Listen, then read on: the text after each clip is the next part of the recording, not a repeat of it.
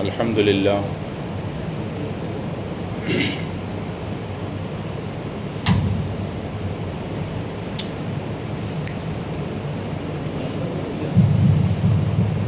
അൽഹംദുലില്ലാഹ് അൽഹംദുലില്ലാഹി റബ്ബിൽ ആലമീൻ. അൽഹംദുലില്ലാഹി നഹ്മദുഹു വനസ്തഈനുഹു വനസ്തഗ്ഫിറുഹു വനസ്തഹ്ദീഹി വനുഅ്മിനു ബിഹി വനതവക്കലു അലൈഹി വനഊദു ബില്ലാഹി മിൻ ശുറൂരി അൻഫുസിനാ വമിൻ സയ്യിആതി അഅ്മാലിനാ. മൻ യഹ്ദിഹില്ലാഹു ഫലാ മുദില്ല ലഹു വമൻ യുദ്ലിൽ ഫലാ ഹാദിയ ലഹു.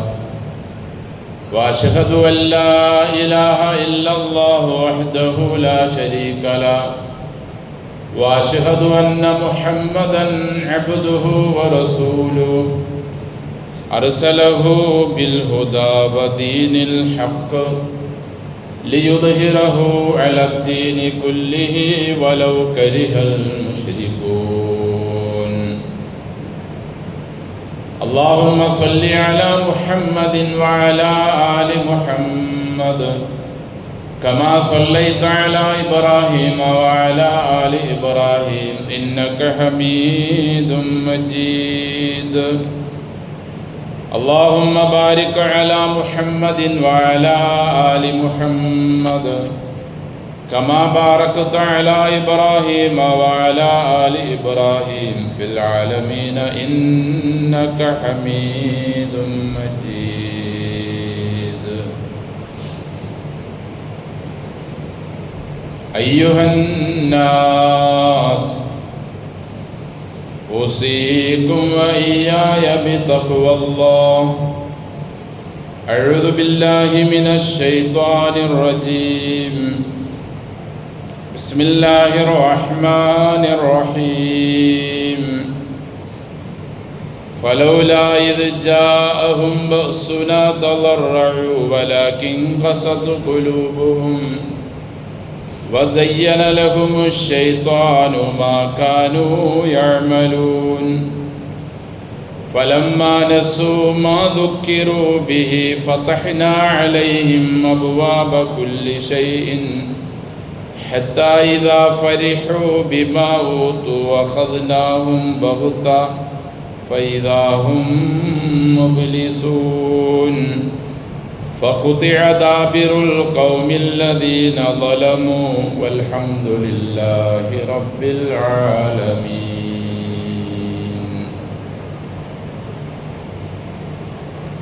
സ്നേഹം ബഹുമാനം നിറഞ്ഞ സഹോദരങ്ങളെ, സത്യവിശ്വാസികളെ, സർവലോക രക്ഷിതാവായ അള്ളാഹുവിൻ്റെ വിധിവിലക്കുകൾ ജീവിതത്തിൻ്റെ എല്ലാ മേഖലകളിലും കൃത്യമായി പാലിച്ച് തഖ്വയോടെ ജീവിക്കാൻ കഴിവിൻ പരമാവധി ജീവിതമാസകലം പരിശ്രമിക്കണമെന്ന് എന്നോടും നിങ്ങളോടും വസിയ്യത്ത് ചെയ്യുന്നു. അൽഹംദുലില്ലാഹ്, അള്ളാഹുവിൻ്റെ മഹത്തായ അനുഗ്രഹത്താൽ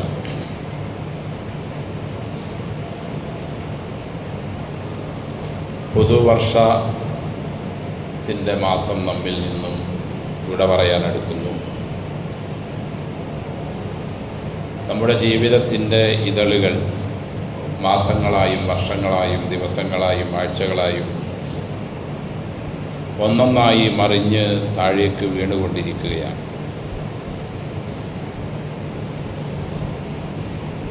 അള്ളാഹുവിൻ്റെ യഥാർത്ഥ അടിമകൾ എന്ന നിലയിൽ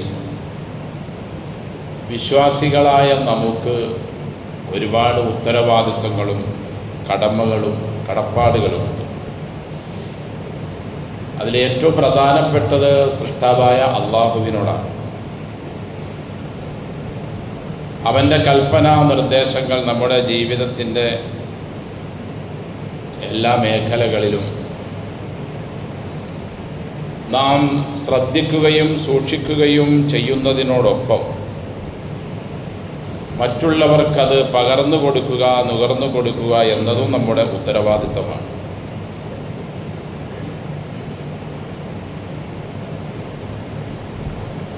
വിവിധങ്ങളായ പരീക്ഷണ ഘട്ടങ്ങളിലൂടെയാണ് നാം മുന്നോട്ട് പോയിക്കൊണ്ടിരിക്കുന്നത്.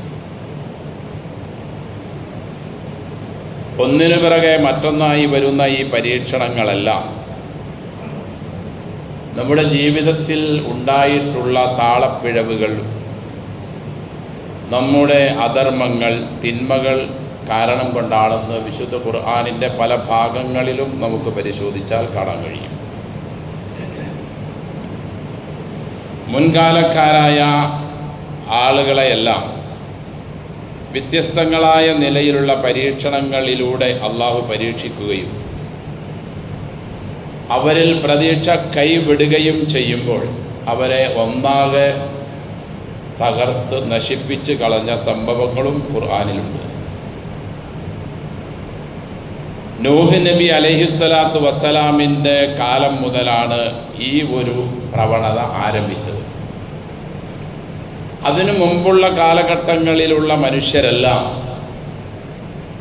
ഏക ദൈവ വിശ്വാസികളായിരുന്നു. അതായത് ഏകനായ അള്ളാഹുവിനെ മാത്രം ആരാധിക്കുന്നവരായിരുന്നു. നൂഹ് നബിയുടെ കാലഘട്ടം മുതലാണ് ആളുകൾ വ്യത്യസ്തങ്ങളായ നിലപാടുകളിലേക്ക് പോവുകയും അള്ളാഹു അല്ലാത്തവരെ ആരാധിക്കുകയും ചെയ്യുന്ന പ്രവണത ഉടലെടുത്തത്. വദ്ദും സുവാഴും യഴൂസും യഴൂക്കും നസറും പോലെയുള്ള 5 ഔലിയാക്കന്മാരുടെ പേരിലായിരുന്നു അവരുടെ ഇസ്ലാമിൽ നിന്നുള്ള വ്യതിയാനം ആരംഭിച്ചത്. പിന്നീട് വന്ന എല്ലാ പ്രവാചകന്മാരുടെ കാലഘട്ടങ്ങളിലും വ്യത്യസ്തങ്ങളായ നിലയിൽ ആളുകൾ സൃഷ്ടാവായ അള്ളാഹുവിനെ ധിക്കരിക്കുന്ന പ്രവണതകൾ ഉണ്ടായപ്പോൾ ആവശ്യത്തിന് അനുസരിച്ചുള്ള ഉപദേശങ്ങൾ അവർക്ക് കൊടുക്കുകയും അവരിൽ നിന്നും ഇനി ഒരു നന്മ അഥവാ വിശ്വാസം ഉണ്ടാവുകയില്ല എന്ന കൃത്യമായ ബോധ്യത്തിൻ്റെ അടിസ്ഥാനത്തിൽ അള്ളാഹു അവരെല്ലാം പല നിലയിൽ കൈകാര്യം ചെയ്യും. ചില ആളുകളെ തൂഫാൻ, ചില ആളുകളെ സ്വൈഹത്തുൻ വാഹിദ അഥവാ ഘോരമായ ഒരു ശബ്ദം അട്ടഹാസം മുഖേന, ചില ആളുകളെ ചരൽക്കല്ലുകൾ, കല്ലുകൾ എറിഞ്ഞ്, ചില ആളുകളെ ഭൂമി മുകളിലേക്ക് ഉയർത്തി കീഴ്പോട്ട് കമഴ്ത്തിയിട്ട്, ചില ആളുകളെ കൊടുങ്കാറ്റ് മുഖേന ഒക്കെ നശിപ്പിച്ചതായി ഖുർആനിൽ കാണാൻ കഴിയും.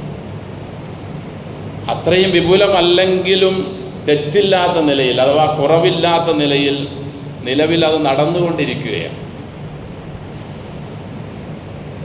1-2 വർഷം മുമ്പ് വയനാട്ടിലുണ്ടായ ദുരന്തം നമുക്കറിയാം. 2 ഗ്രാമങ്ങൾ മുഴുവനായി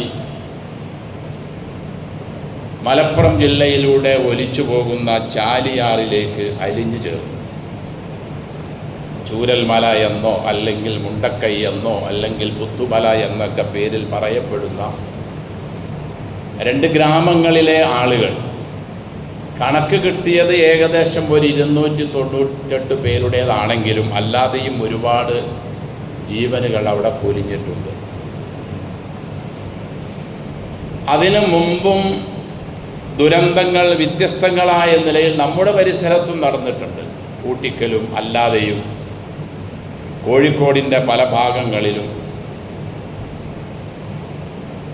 ഈ പരീക്ഷണങ്ങളൊന്നും വിശ്വസിച്ച ആളുകൾക്ക് ഒരു ഗുണപാഠം ആകുന്നില്ല എന്നതിലാണ് നമ്മുടെ ഈമാനിൻ്റെ ബലഹീനത നമുക്ക് മനസ്സിലാകുന്നത്.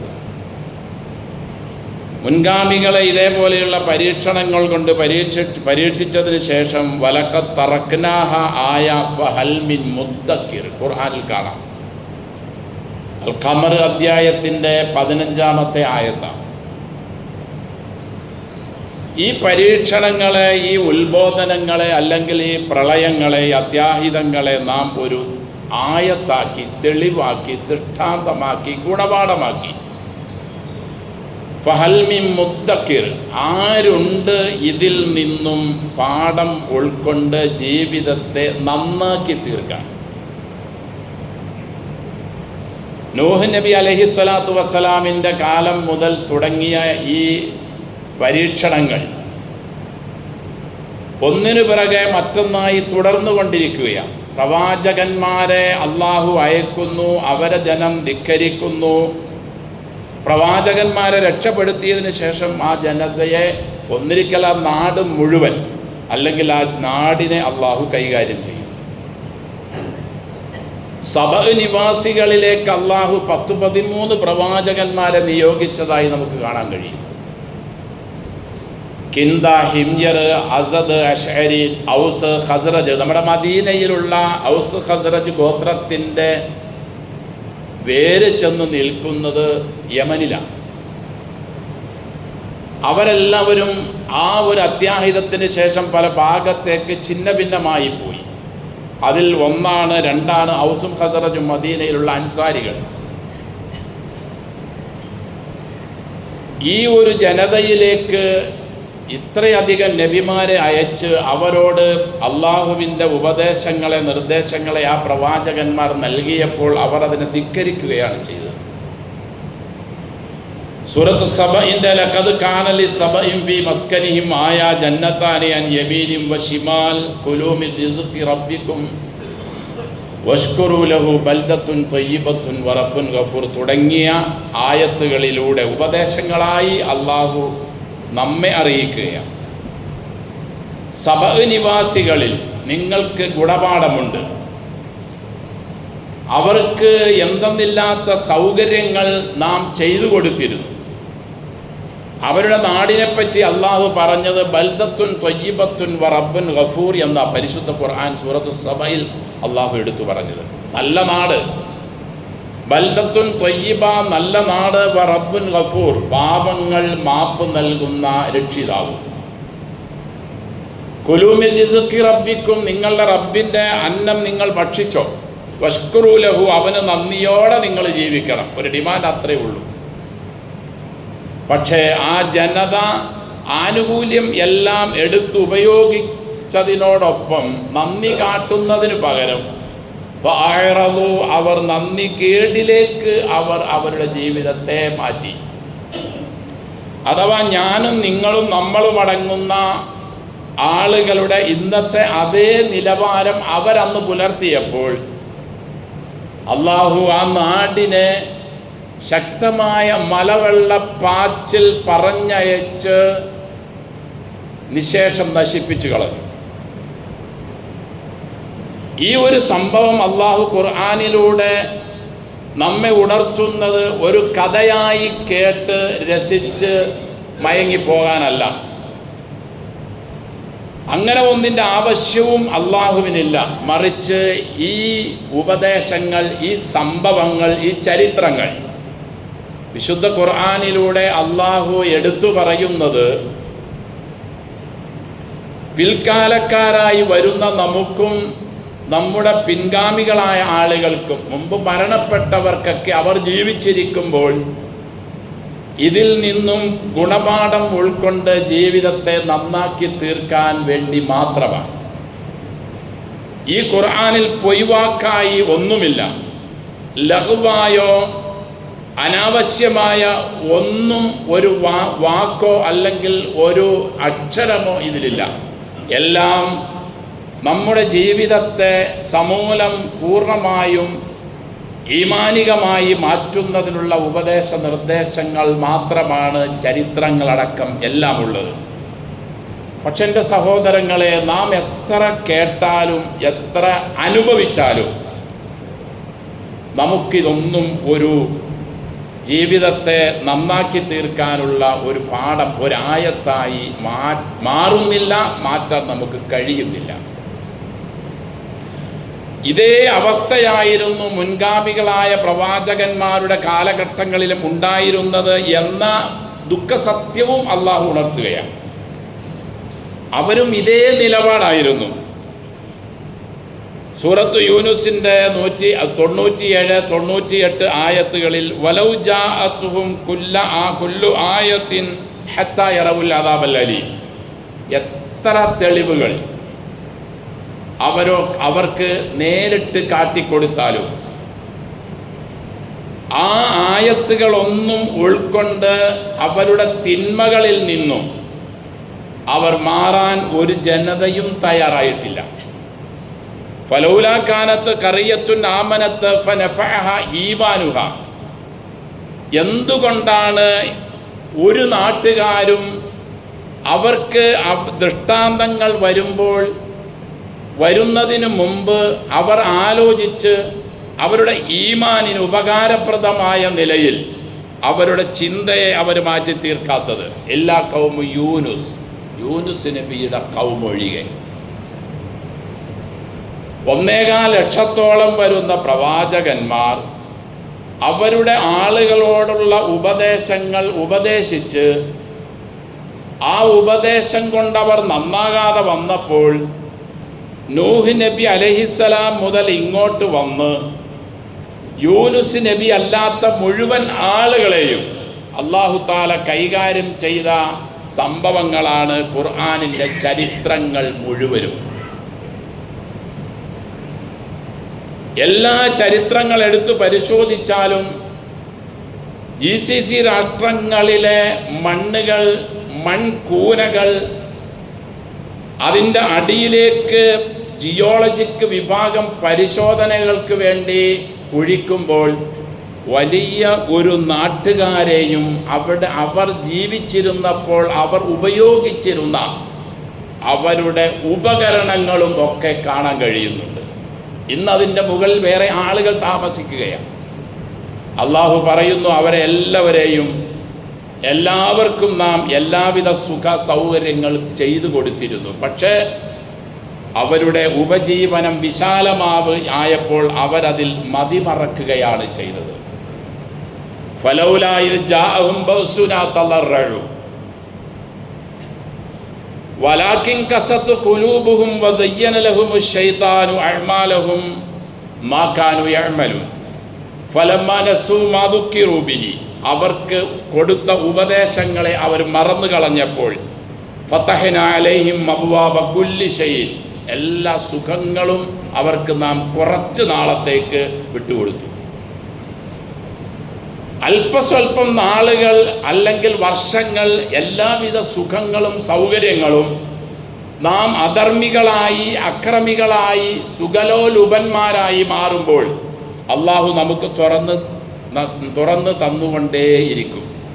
അങ്ങനെ ഹത്താ ഇദാ ഫരിഹു ബിമാ ഊതു, നമുക്ക് അള്ളാഹു നൽകുന്ന സമ്പത്തും ആരോഗ്യവും സുഖസമൃദ്ധിയും നമ്മുടെ ബിൽഡിങ്ങുകളും നമ്മുടെ എന്തെന്നില്ലാത്ത മറ്റ് ഐഹിക സുഖങ്ങളെല്ലാം കൊണ്ട് നാം സുഖിയന്മാരായിരിക്കുമ്പോൾ അഖദ്നാഹും ബഗ്ത, നനച്ചിരിക്കാതെ സഹോദരങ്ങളെ പിടിവരികയാണ്. നാം ഒക്കെ നിലവിൽ ഇപ്പോൾ ജീവിച്ചിരിക്കുന്ന ഈ സമയങ്ങളിൽ തന്നെ ഓരോ നാടുകൾ പരിശോധിച്ചാലും നമുക്ക് കാണാൻ കഴിയും, സുഖലോലുപതയുടെ പാരമ്യത്തിൽ എത്തി നിൽക്കുന്ന പ്രദേശങ്ങളും ഗ്രാമങ്ങളും നാടുകളും ടൗണുകളുമായിരിക്കും കൂടുതൽ അത്യാഹിതത്തിന് പാത്രമായി തീരുന്നത്. അതിൻ്റെ സൈഡിലൂടെ അല്ലാത്തവരും വന്നേക്കാം. കാരണം ഒരു ശിക്ഷ വരുമ്പോൾ എല്ലാവരെയും സമൂലം അത് പിടിപെടും. ഈ ഒരവസ്ഥ നമ്മിലേക്ക് വരാതിരിക്കാൻ ഒന്നേ വഴിയുള്ളൂ. ജിയോളജിക്ക് പരമായുള്ള പഠനങ്ങൾ നല്ലത് തന്നെ, പക്ഷെ അതിൽ മാത്രം ഒതുക്കാതെ പരിസ്ഥിതി ലോല പ്രദേശങ്ങൾ ആയതുകൊണ്ടാണ് എന്ന ഒന്നിൽ നിർത്താതെ പരിസ്ഥിതി ലോലമായ പ്രദേശങ്ങൾക്കപ്പുറം അവിടെ ജീവിക്കുന്ന ആളുകൾ അവരുടെ സ്വന്തം ഈമാനിൻ്റെ പരിസ്ഥിതി ലോലവും കൂടി ഒന്ന് ടെസ്റ്റ് ചെയ്ത് അങ്ങനെ വല്ല ലാഭുണ്ടെങ്കിൽ അതും കൂടി ഒന്ന് പരിശോധിച്ച് ഈമാനികമായി ശക്തമായ ഒരവസ്ഥയിലേക്ക് കർമ്മപരമായി നാം മുന്നിടാൻ തയ്യാറല്ലെങ്കിൽ എത്ര വലിയ ടെസ്റ്റ് നടത്തി ഏതെല്ലാം മുൻകരുതൽ ഭൗതികമായി നാം സ്വീകരിച്ചതുകൊണ്ടും സഹോദരങ്ങളെ, നാം ഇപ്പോൾ സുഖമായി താമസിക്കുന്ന നമ്മുടെ നാടുകളിലൊന്നും താമസിക്കാൻ അള്ളാഹു വരുന്ന സമയങ്ങളിൽ അവസരം നൽകുകയേയില്ല. അള്ളാഹു കാത്തുരക്ഷിക്കട്ടെ. നമ്മുടെ ഈമാനിൻ്റെ ലോലാവസ്ഥ നാം ആരും ശ്രദ്ധിക്കുന്നില്ല. നമ്മുടെ അഅ്മാലുകളുടെ ലോലാവസ്ഥ നാം ശ്രദ്ധിക്കുന്നില്ല. അതിനെ മാറ്റിയെടുത്ത് അതിനെ ശക്തമായ ഒരവസ്ഥയിലേക്ക് നാം ഉണ്ടാക്കി തീർക്കണം. അതിനാ ഖുർആൻ ഇറങ്ങിയത്. ഹുദൻ ലിൽ മുത്തഖീൻ വബിൽ ആഖിറത്തി ഹും യൂഖിനൂൻ. ലോലമായ ഈമാൻ കൊണ്ട് പോകുന്നവരല്ല, ശക്തമായ ഈമാൻ കൊണ്ട് പോകുന്നവർക്കേ രക്ഷയുള്ളൂ എന്ന് പറഞ്ഞുകൊണ്ടാണ് അൽ ബഖറയുടെ തുടക്കം തന്നെ പരിശുദ്ധ ഖുർആനിൻ്റെ. അതുകൊണ്ട് എൻ്റെ സഹോദരങ്ങളെ, നാം പരിസ്ഥിതിയെ മാത്രം പറഞ്ഞതുകൊണ്ടോ അല്ലെങ്കിൽ വേറെ ഏതെങ്കിലും ഒരു കാരണം ഭൗതികമായി നാം കണ്ടുപിടിച്ചതുകൊണ്ടോ നമുക്ക് സ്വസ്ഥമായി ജീവിക്കാൻ കഴിയില്ല. ഭൂമി അതിൻ്റെ എല്ലാവിധത്തിലുള്ള സൗകര്യങ്ങളും പുറത്തെടുത്തു കഴിഞ്ഞു. നാം വിചാരിക്കുന്നത് ഇതിൽ അടിച്ചു പൊളിച്ചിനി നമുക്ക് ജീവിക്കാം എന്നാണ്. സമ്മതിക്കില്ല അതിൻ്റെ രക്ഷിതാവ്. ഇമാം മാലിക് റഹിമഹുല്ല പറഞ്ഞതുപോലെ, ലൻ യസ്ലഹ ആഖിറു ഹാദിഹിൽ ഉമ്മ ഇല്ലാ ബിമാ സ്വലഹ ബിഹി അവ്വലുഹ. ഈ സമുദായത്തിൻ്റെ ആദ്യ കാലക്കാർ എങ്ങനെയാണോ നന്നായത്, ഏതൊരു അവസ്ഥ കൊണ്ടാണോ നന്നായത്, ഏതൊരു ഖുർആൻ കൊണ്ടും ഈമാൻ കൊണ്ടും കർമ്മങ്ങൾ കൊണ്ടുമാണോ നന്നായത്, അതേ ഈമാനിലേക്കും അതേ കർമ്മങ്ങളിലേക്കും അതേ വിശ്വാസത്തിലേക്കും തിരിച്ചു പോകാതെ ഈ സമുദായം രക്ഷപ്പെടുകയില്ല എന്ന് പൂർവസൂരികൾ അന്നേ പറഞ്ഞിട്ടുണ്ട്. ലൻ യസ്ലഹ ആഖിറു ഹാദിഹിൽ ഉമ്മ.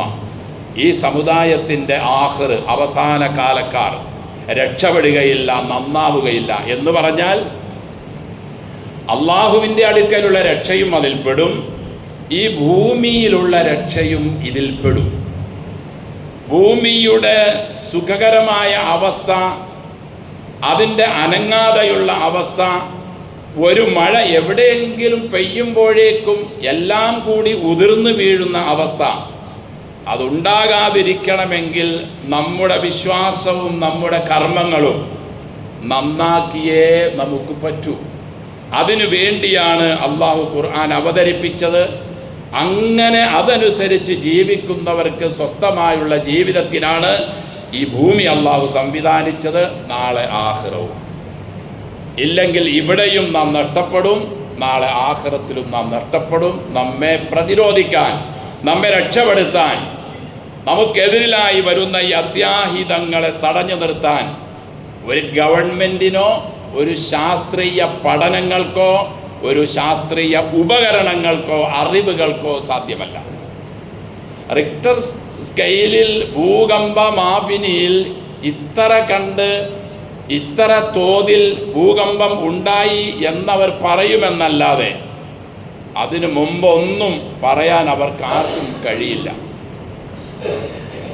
ചില സൂചനകളൊക്കെ നൽകുന്നു എന്നല്ലാതെ നൽകിയതുകൊണ്ട് എന്ത് കാര്യം? എങ്ങോട്ട് രക്ഷപ്പെടും മനുഷ്യൻ? Orange alert, red alert, blue alert, white, ഇങ്ങനെ പല അലർട്ടുകളും ഗവൺമെൻറ് പുറപ്പെടുവിക്കും. പക്ഷേ ജനം എന്ത് ചെയ്യും? അതിനെ തടഞ്ഞു നിർത്താൻ ഒരേ ഒരു സൃഷ്ടാവിന് മാത്രമേ സാധ്യമാവൂ. നമ്മുടെ മുൻഗാമികളൊക്കെ ഇവിടെ ജീവിച്ചില്ലേ?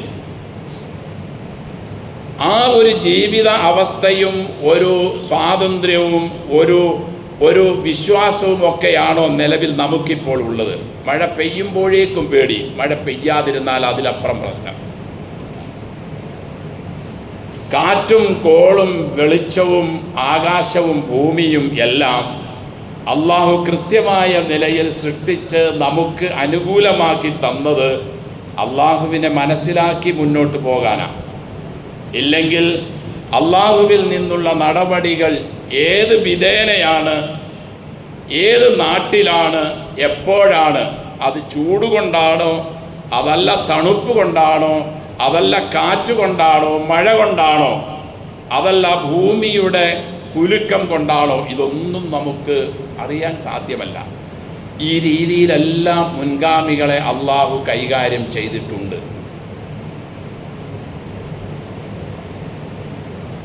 അതുകൊണ്ട് ഞാൻ എന്നോടും നിങ്ങളോടും ഉള്ള നസീഹത്ത് അല്ലെങ്കിൽ വസിയത്ത് അല്ലെങ്കിൽ ഉപദേശം, റബ്ബിൻ്റെ കൽപ്പനകൾ നമ്മുടെ ജീവിതത്തിൻ്റെ എല്ലാ മേഖലകളിലും കൃത്യമായി നാം സൂക്ഷിക്കണം എന്നത് മാത്രമാണ്.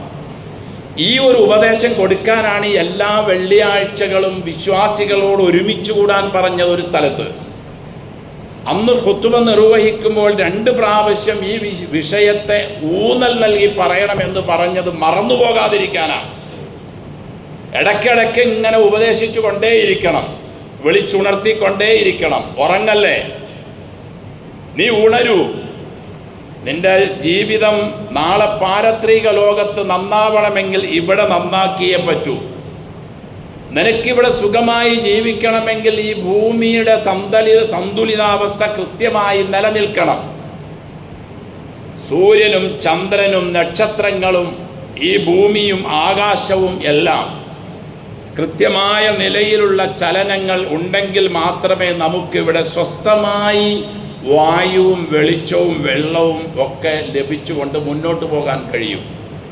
അതുകൊണ്ട് എൻ്റെ സഹോദരങ്ങളെ, ഓരോ മുന്നറിയിപ്പുകളും, ഇപ്പോൾ വയനാട് വീണ്ടും പൊട്ടി, അല്ലെങ്കിൽ കുറേ ആളുകൾ മരിച്ചു.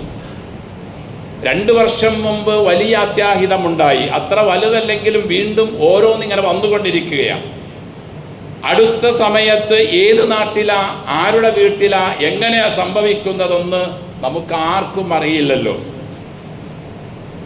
ഇതുകൊണ്ട് ഇങ്ങനെയുള്ള വസ്തുക്കൾ സംഭവിക്കാതിരിക്കാൻ വിശുദ്ധ ഖുർആനിൽ അല്ലാഹ് പറഞ്ഞതുപോലെ ഹാദാ ബലാഗുൽ ലിന്നാസ്, ഈ ഖുർആൻ ജനങ്ങൾക്കുള്ള ഒരു സന്ദേശമാണ്. വലിയുൻദറൂബി, ഈ ഖുർആൻ കൊണ്ട് മുന്നറിയിപ്പ് നൽകുകയും ആണ്. വലിയഅലമു, ആളുകൾ മുഴുവനും മനസ്സിലാക്കണം, മുസ്ലിങ്ങൾ എന്ന് മാത്രമല്ല മുഴുവനും, അന്നമാ ഹുവ ഇലാഹുൻ വാഹിദ്, അവരുടെ എല്ലാവരുടെയും ഇലാഹ് ഒന്നേ ഉള്ളൂ എന്ന വിവരം.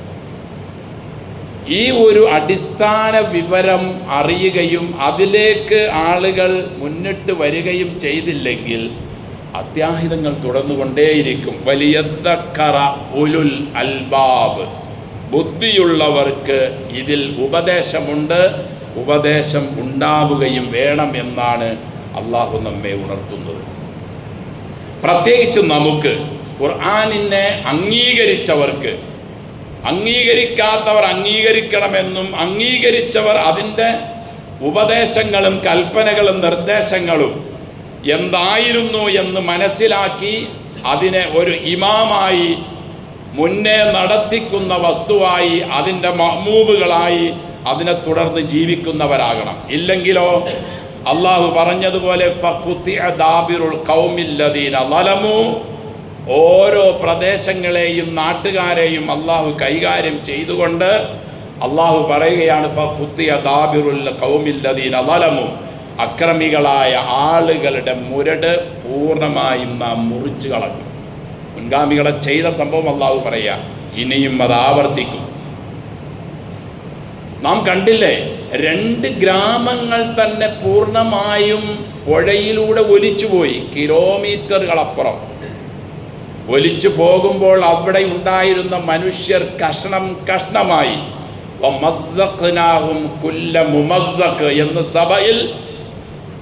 സബ നിവാസികളെ പറ്റി അള്ളാഹു പറഞ്ഞതുപോലെ, വെള്ളപ്പാച്ചലിൽ അള്ളാഹു അവരെ പിച്ചു ചീന്തിയതുപോലെ, തകർത്ത് തരിപ്പണമാക്കിയതുപോലെ കൈകളും കാലുകളും കണ്ണുകളും തലകളും ഒക്കെ സഹോദരങ്ങളെ നമ്മുടെ ബന്ധക്കാരുടെ, സ്വന്തക്കാരുടെ, നമ്മുടെ നാട്ടുകാരുടെ, നമ്മുടെ രാജ്യക്കാരുടെ, നമ്മുടെ പ്രദേശത്തുകാരുടെ അവസ്ഥ 2 വർഷം മുമ്പ് ഉണ്ടായത് നമുക്കൊക്കെ ഗുണപാഠമാകുന്നില്ല എങ്കിൽ, യൂനുസ് നബിയുടെ ഖൗമിൻ്റെ ഒരവസ്ഥയിലേക്ക് നാം ഇനിയെങ്കിലും മാറാൻ തയ്യാറാവുന്നില്ല എങ്കിൽ, മറ്റു നബിമാരുടെ ജനതകളെ കൈകാര്യം ചെയ്തതുപോലെയുള്ള ഒരവസ്ഥയാണ് ഞാനും നിങ്ങളുമൊക്കെ പ്രതീക്ഷിക്കുന്നതെങ്കിൽ വിലപിക്കാൻ എന്നല്ലാതെ എന്തു പറയാൻ.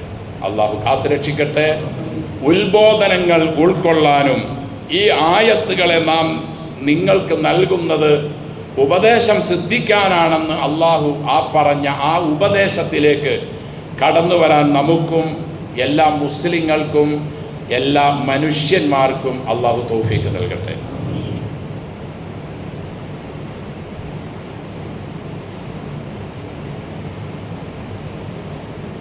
الحمد لله نحمده ونستعينه ونستغفره ونستهديه ونؤمن به ونتوكل عليه ونعوذ بالله من شرور أنفسنا ومن سيئات أعمالنا من يهده الله فلا مضل له ومن يضلل فلا هادي له وأشهد أن لا إله إلا الله وحده لا شريك له وأشهد أن محمدا عبده ورسوله أرسله بالهدى ودين الحق ليظهره على الدين كله ولو كره المشركون اللهم صل على محمد وعلى آل محمد كما صليت على إبراهيم وعلى آل إبراهيم إنك حميد مجيد اللهم بارك على محمد وعلى آل محمد كما باركت على إبراهيم وعلى آل إبراهيم إنك حميد مجيد أيها الناس أوصيكم وإياي بتقوى الله أعوذ بالله من الشيطان الرجيم بسم الله الرحمن الرحيم واتقوا فتنة لا تصيبن الذين ظلموا منكم خاصة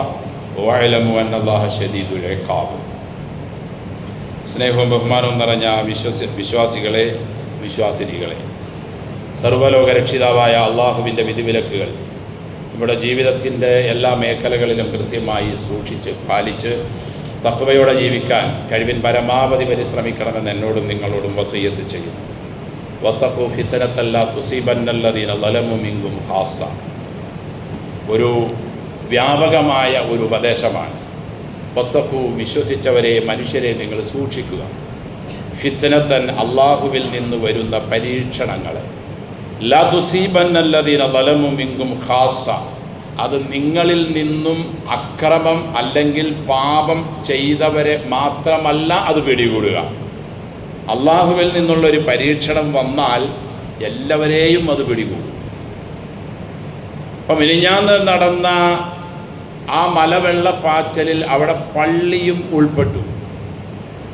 11 കാലൊക്കെ ആയതുകൊണ്ട് ചിലപ്പോൾ ആളുകൾ ഉണ്ടാവാതിരുന്നേക്കാം. എങ്കിലും അള്ളാഹുവിന് വേണ്ടി സുജൂദ് ചെയ്ത സ്ഥലവും ഉൾപ്പെട്ടു. അപ്പോൾ ഒരു ഫിത്ന സംഭവിച്ചു കഴിഞ്ഞാൽ, ഒരു പരീക്ഷണം, ഒരു ശിക്ഷാ നടപടികൾ ഉണ്ടായിക്കഴിഞ്ഞാൽ ചിലപ്പോൾ അവിടെ നല്ല മനുഷ്യന്മാരൊക്കെ ഒരുപാടുണ്ടാകും. ഭൂരിഭാഗം തിന്മയുടെ ആളുകളാകുമ്പോഴാണ് ഈ ഒരുപാടിനെ അള്ളാഹു പരിഗണിക്കാത്തത്. നബി പറയുന്നു സല്ലല്ലാഹു അലൈഹി വസല്ലം, നാളെ പുനർജന്മ സമയത്ത് അവരുടെ സൽക്കർമ്മങ്ങൾക്കനുസരിച്ച് അള്ളാഹു നല്ല കൂലി കൊടുക്കും. ഇവിടെ അള്ളാഹുവിൻ്റെ ശിക്ഷാ നടപടികൾ വരുമ്പോൾ ഇന്ന ആളുകൾ എന്നൊന്നും വ്യത്യാസം ഉണ്ടാവുകയില്ല. അതുകൊണ്ട് അത് സൂക്ഷിക്കണേ എന്ന് അള്ളാഹു നമ്മെ ഉണർത്തുകയാണ്. വഅലമു അന്ന അല്ലാഹ ശദീദുൽ ഇഖാബ്. തീർച്ചയായും അള്ളാഹു പിടിക്കാൻ തീരുമാനിച്ചാൽ കഠിനമായ പിടുത്തമായിരിക്കും പിടിക്കുക. അതുകൊണ്ട് നാം എല്ലാവരും നമ്മുടെ ജീവിതത്തെ എല്ലാ മേഖലകളിലും നാം ശ്രദ്ധിക്കുക. നമ്മുടെ ഈമാനിനെ ബലവത്താക്കുക. ഈമാൻ ബലവത്തായാൽ കർമ്മങ്ങളിൽ നമുക്ക് ഉന്നതമായ നിലയിൽ മുന്നേറാൻ കഴിയും. നമ്മുടെ എല്ലാ മേഖലകളെയും നമുക്ക് ശ്രദ്ധിക്കാൻ കഴിയും. ഈമാനിൻ്റെ, വിശ്വാസത്തിൻ്റെ ബലഹീനതയാണ് എല്ലാവിധ തിന്മകളും നമ്മെ ചെയ്യാൻ പ്രേരിപ്പിക്കുന്നത്. അതുകൊണ്ട് ഓരോ പരീക്ഷണങ്ങൾ അവിടെയാണ് ഇവിടെയാണ് എന്ന് നനയ്ക്കാതെ, ഇതെനിക്കാണ്, എൻ്റെ നാട്ടിലാണ് ഈ വന്നത്, ഇല്ലെങ്കിൽ ഏത് സമയവും ഇവിടെ വരാം, അല്ലെങ്കിൽ നാളെ ഞാൻ ഇതിന് ഇരയായേക്കാം എന്ന ഒരു ബോധവും ഒരു ഓർമ്മയും നമ്മുടെ മനസ്സിൽ നാം കൊണ്ടു നടക്കുക. അള്ളാഹു നമ്മെ അനുഗ്രഹിക്കട്ടെ.